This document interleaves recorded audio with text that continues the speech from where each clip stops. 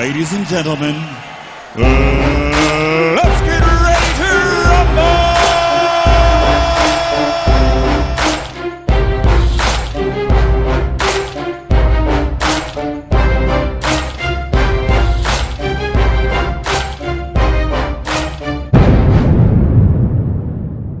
Wap les amis, bienvenue de retour sur la chaîne Paris Sportif OK.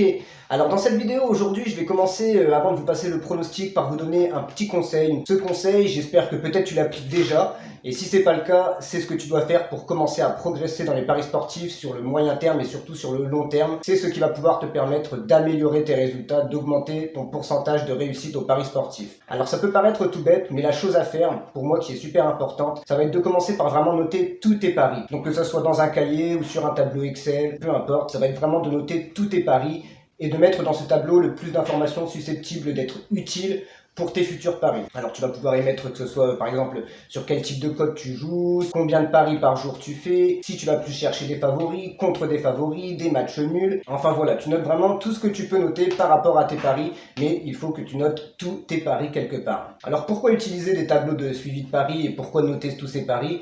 Et bien déjà tout simplement tu vas savoir où tu en es réellement au niveau de ce que tu gagnes et de ce que tu perds. Tu vas pouvoir savoir exactement si tu es en bénéfice ou si tu es en déficit. Mais donc tu vas pouvoir aussi suivre ton évolution, c'est-à-dire ta performance sur les paris. Est-ce que tu fais vraiment des gains ou est-ce que tu fais vraiment des pertes? Et à partir de là, ce qui va être bien, c'est que tu vas avoir donc des données analysées pour pouvoir t'améliorer en fait.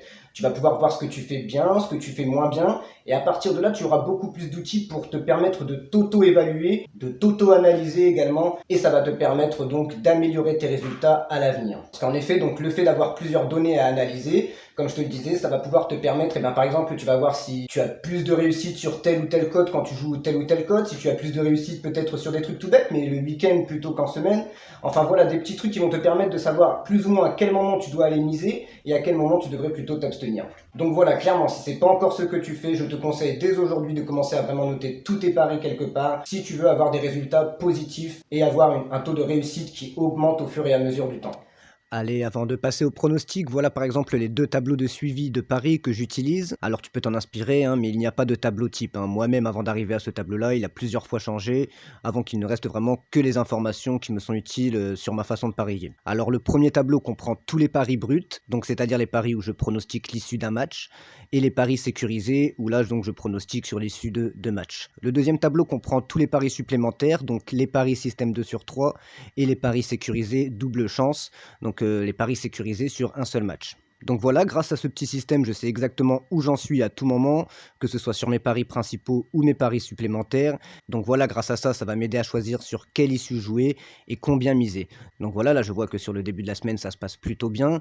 Donc là, le but va être de sécuriser les gains cette semaine. Je n'ai aucun intérêt à aller faire le fou sur les 3 derniers jours de la semaine. Donc voilà, j'espère que ce conseil t'aura été utile. N'hésite pas à me dire ce que t'en penses en commentaire sur le fait de noter ses paris, tout ça. Et là, sans plus tarder, on va passer au pronostic. Alors pour le pronostic du jour, comme je te l'ai dit, vu que la semaine pour le moment se passe bien, on va pas aller faire les fous en termes de mise.